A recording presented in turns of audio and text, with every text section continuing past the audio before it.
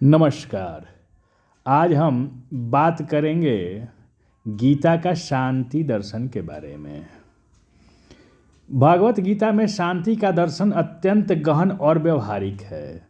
गीता शांति को बाहरी शांति, वातावरण या सुख सुविधाओं का परिणाम नहीं मानती, बल्कि उसे आंतरिक मन की अवस्था मानती है जो इच्छाओं, अहंकार, आसक्ति और द्वंद्वों से मुक्ति पाकर प्राप्त होती है।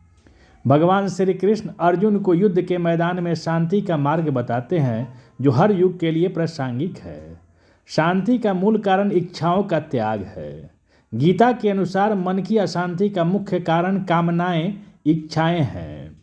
जब मन इंद्रियों के विषयों में आसक्त होता है तो आसक्ति से कामना जन्म लेती है, कामना से क्रोध, क्रोध से मोह और अंत में बुद्धि का नाश होता है। द्वितीय अध्याय के श्लोक 2.70 में श्री कृष्ण कहते हैं, अपूर्यमानम अचल प्रतिष्ठम समुद्रमाप प्रविशन्ति यद्वत् तदत्व कामायम प्रविशन्ति सर्वे शांति मामोपोति न काम कामी।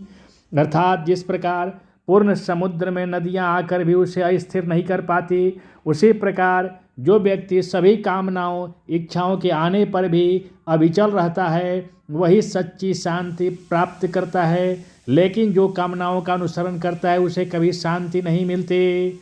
इसी अध्याय के श्लोक 2.71 में और स्पष्ट रूप से कहा गया है, विहाय कामनाय सर्वन्न पुमाश्चरित निस्पृह निर्ममो निरहंकार शांतिमधिगच्छति।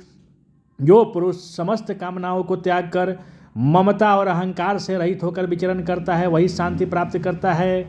शांति तब मिलती है जब मन इच्छाओं से मुक्त हो। गीता इसे स्थित प्रज्ञ, स्थिर बुद्धि वाले व्यक्ति की अवस्था कहती है जो सुख दुख, लाभ हानि, जय पराजय में समभाव रखता है। शांति प्राप्त करने के मुख्य मार्ग गीता में बतलाए गए हैं। कर्म योग, निष्काम कर्म, फल की आसक्ति त्याग कर कर्तव्य करना। अध्याय 5 श्लोक 12 में युक्तः कर्म फलम त्वक्त्वा शांतिमाप्नोति नैष्ठिकीमम्। कर्म फल त्यागने वाला निश्चित शांति प्राप्त करता है। ज्ञान योग, आत्मा और परमात्मा का ज्ञान, सुख दुख को अनित्य समझकर सहन करना। मात्रा स्पर्शान्तु कौन्तेय शीतोष्ण सुखदः खदा तास्तिछि स्वं भारतम। इंद्रियों से उत्पन्न सुख दुख आते जाते रहते हैं, इसे सहन करो। भक्ति योग, भगवान को समर्पण करना। अध्याय 5 के श्लोक 29 में भगवान कहते हैं कि मुझे समस्त यज्ञ तप का भोक्ता, सर्व लोकों का स्वामी और सभी प्राणियों का सहृदय जानकर मनुष्य शांति प्राप्त करता है। ध्यान योग, मन को नियंत्रित करना। गीता मन को चंचल बताती है लेकिन अभ्यास और वैराग्य से उसे वश में किया जा सकता है। अध्याय 12 श्लोक 12 में कर्म फल त्याग को सर्वश्रेष्ठ बताया गया है क्योंकि त्याग से तुरंत शांति मिलती है।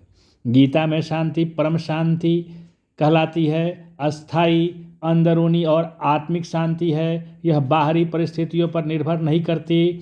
स्थित प्रज्ञ व्यक्ति सुख में राग रहित, दुख में उद्विग्न रहित, भय क्रोध से मुक्त होता है। उसकी बुद्धि कछुए की तरह इंद्रियों को समेट लेती है। गीता बार बार बिना योग, मन बुद्धि का संयम के बिना भावना के शांति नहीं हो सकती और बिना शांति के सुख नहीं हो सकती।